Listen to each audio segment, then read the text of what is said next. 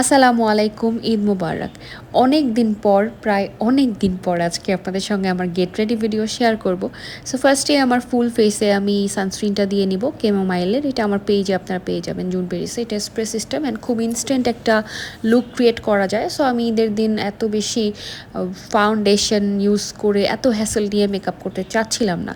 So that's why আমি এই shortcut মেকআপটা ট্রাই করেছি আমার ফেসে। অ্যান্ড আমি লেন্স পরতে ভুলে গিয়েছিলাম। দেন লেন্সটা পরবো, লেন্সের শেডটা আমার মনে নাই, আমি এটা একটা শপ থেকে পারচেস করেছি।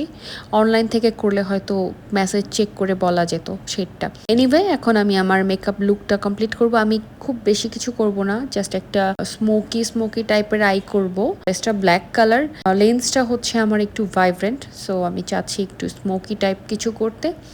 এক্সট্রা ল্যাশও পরবো না, আমি যদিও ল্যাশ খুব কম পরি, খুবই কম পরি। তো এই তো আমার লুকটা অলমোস্ট ডান। অ্যান্ড ঈদের দিন আমাদের এমনিতেও কোরবানি হয় না, আমাদের সবসময় ঈদের পরের দিন কোরবানি হয়। সো আমরা সবসময় ঈদের দিন বের হই। বিকালবেলা না বের হলে একদমই ভালো লাগে না, যদিও এবার বের হতে হতে সন্ধ্যা হয়ে গিয়েছিল। সো আমরা রাতে বাহিরে খাওয়া দাওয়া করেছিলাম। অ্যান্ড বাহিরে গেলে আসলে দেখা যায় যে আমাদের ঢাকার ভিতর কোনো রেস্টুরেন্ট ছাড়া কোনো ভালো পিকচার তোলার ওরকম প্লেস নাই। সো দেখা যায় আমরা যখন যে কোনো রেস্টুরেন্টে যাই সেক্ষেত্রে খাবারও খেয়ে থাকি। এটা নিয়ে অনেকে দেখলাম খুব গসিপ করে যে মানুষ কোরবানি ঈদে বাহিরে কেন খায়। এনিওয়ে, আমার এই ইয়াররিংটা দেখেন কত সুন্দর। এটা আমাকে আমার এক প্রিয়া ভাবি গিফট করেছে। ইয়াররিংটা এত বেশি মানিয়েছিল ড্রেসটার সাথে।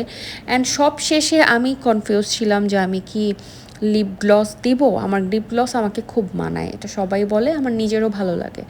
তারপর দেখছিলাম যে না, লিপ গ্লসটা দিলে হয়তো বেশি ভালো লাগতো, যেহেতু একটা ডার্ক কালারের ড্রেস পরেছি।